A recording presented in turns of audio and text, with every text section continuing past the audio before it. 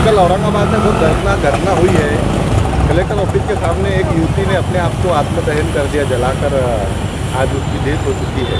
आज आप city police station, city चौक police station में आए हैं, क्या निवेदन दिया है और क्या आपकी मांग? देखिए, ये जो घटना हुई है बड़ी दुर्दैवी घटना हुई है कि कल जो म्यूनसिपल कॉरपोरेशन का पथक जब कलेक्टर ऑफिस गया है, ठीक है, मान लिया उस बहन ने अतिक्रमण करी या जो भी करी होंगी, तो उसकी अपनी एक प्रक्रिया है। अब इतने दिन से जब उसके पास ईंट रखी हुई है, वो कंपाउंड के अंदर जो तो इतना सब कुछ कर रही है, तब प्रशासन क्या सो रहा था क्या? लेकिन ऐन वक्त पर पता नहीं किस तरह से उन्होंने एक औरत के लिए, एक लेडीज़ के लिए जो कि वहाँ आसरा बनाए बैठी थी, उसको जबरन उन्होंने जो है खींच कर निकाला है। ठीक है, निकाल लिए, दीवारें तोड़ दिए। वो बार बार ये बोल रही थी कि मुझे कलेक्टर साहब से मिलना है, मुझे एकदम कलेक्टर साहब ऐसे बोलूँ दिया, तो क्यों नहीं बोलन दिया गया? तो कहीं ना कहीं इसमें मुझे ऐसा डाउट आ रहा है कि अतिक्रमण पथक के दबाव तंत्र से तंग आकर उस भाई ने ये जो दुर्दैवी घटना है, इसके सरासरी दोषी जो है म्यूनसिपल कॉरपोरेशन औरंगाबाद के अतिक्रमण पथक के इंचार्ज के साथ पूरा स्टाफ है।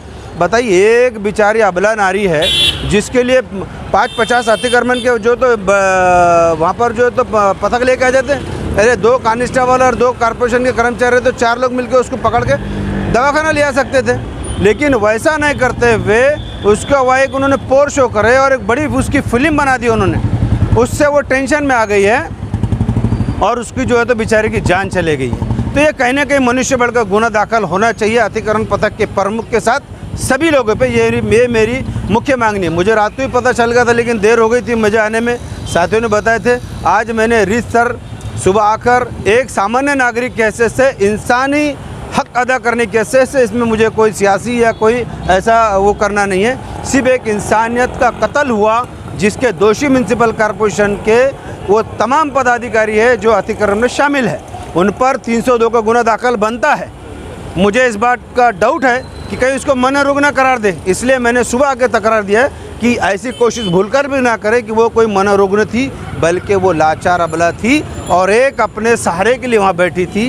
अब इसमें 4 बातों की जांच होना बहुत ज़रूरी है। एक तो वहाँ ईंट कहाँ से आई, 2 वहाँ राखेल कहाँ से आया, 3 इतना बड़ा जमजमाव लाने का कारण किसकी तकरार थी, क्या किसी ने उसकी तकरार दिया था? ये सारी बातों की जांच करने के लिए ही आज मैं सुबह एक इंसानी नाते के हिसाब से म्यूनसिपल कॉरपोरेशन के अतिक्रमण पथक के तमाम पदाधिकारी पे मनुष्य बने, मतलब जिंदा मिसाल है कि ये बेचारी की जो है जान गई है इनके तरफ से आके।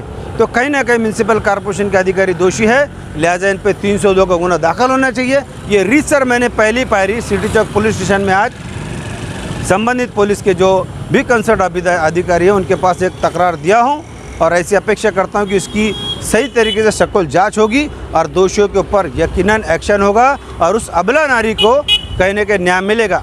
फिर एक मैं आपसे अपील कर रहा हूं, तमाम वो समाज के सेवक जो अपने आप को हमदर्द और रहनुमाई का दावा करते, ऐसे गरीब जिस पर की जुल्म ज़्यादती से तंग आकर उसने ये कदम उठाई जिसकी उससे जान चले गई, अगर यही कोई कदम कोई बड़ा पैसे वाले के साथ अगर होता ना, तो तमाम सियासी पार्टी आज पुलिस स्टेशन के सामने डेरा डाल के बैठ जाती। लेकिन अफसोस और शर्म की बात है कि एक बेचारे अबला नारी का ऐसी दुर्दैवी घटना होती कि जिसकी जान चले जाती, फिर भी किसके आँख में और दिल में कोई रहम नाम की चीज़ नजर नहीं आती। सलीम भाई, आप भी एक बहुत सीनियर नेता है एनसीपी के, क्या इस बात को विधानसभा में उठाने की कोशिश करेंगे आपके नेता? देखिए, मैंने आज आपसे कहा कि ये पहली पायरी है और तकरार देना एक पहला रीतसर अर्ज है।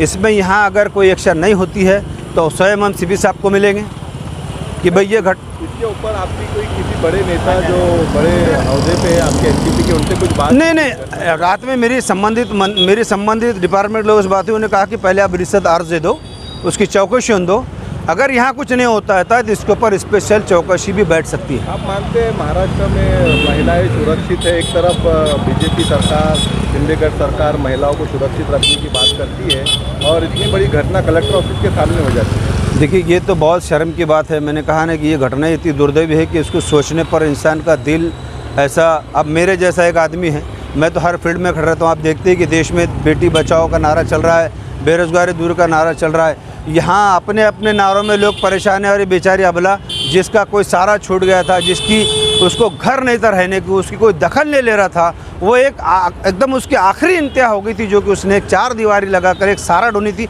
वहाँ कोई बिल्डिंग वगैरह ने बना थी। अतिक्रमण तो बहुत बड़े बड़े उनके तरफ कारपोरेशन के लोग सोए हुए हैं। अब ये चीज़ की सकुल चौकसी कहाँ तक होती है, इसकी मैं पहले खुद चौकसी करूँगा कि ये कहाँ तक जाती है। इसके बाद मुझे सामाजिक, न्यायिक या राजनीतिक किसी तरह से भी इस मुद्दे को उठाना पड़ेगा तो मैं उठाऊँगा और सिरे से लेके पूरे तक इसको पूरा करूँगा। ऐसी में बिल्कुल मेरी तैयारी है। आपका नाम और मैं सलीम पटेल वाहेगांवकर समाज सेवक के हैसियत से यहाँ इंसानी नाते की हैसियत से तकरार दिया हूँ। सियासी पार्टी का मैं भले ही बड़ा पदाधिकारी हूँ, लेकिन मैं यहाँ पार्टी का नाम नहीं, यहाँ इंसानियत का पैगाम लेके मैं आया हूँ। उस गरीब को हक मिले, ये मेरी पहली प्रायोरिटी है। सलीम भाई, जैसे प्रधानमंत्री आवास योजना की जो है तो प्रधानमंत्री ने घोषणा की थी, हमें पता चला है कि ये महिला भी जो है तो घर मांग रही है, तो इसके बारे में आपका क्या कहना है? देख, आवास योजना की उसी कुछ डिमांड चल रही थी, ऐसा सुनने में आया है और सकुल चौकसी होगी। मैं खुद भी RTM एप्लीकेशन देने वाला हूँ कलेक्टर ऑफिस में कि वाकई ये घर मांग रही थी क्या। अरे जब देश भर में इतने घर है, इतने बेरोजगारों को घर दिए जा रहे हैं तो बेचारे का भी हक बनता था। प्रशासन के सामने जब इतना बड़ा कांड हो गया, इसी कहने की जांच होना चाहिए और अगर इसको वाकई में घर की ज़रूरत थी तो इसको घर देना भी चाहिए था, क्योंकि वो मुस्तैक है, गरजमंद है। ऐसी मेरी माहिती सामने है कि वो कहीं ना कहीं अपने को सहारे के लिए आसरा मांग रही थी, ऐसा मेरे सामने बात है।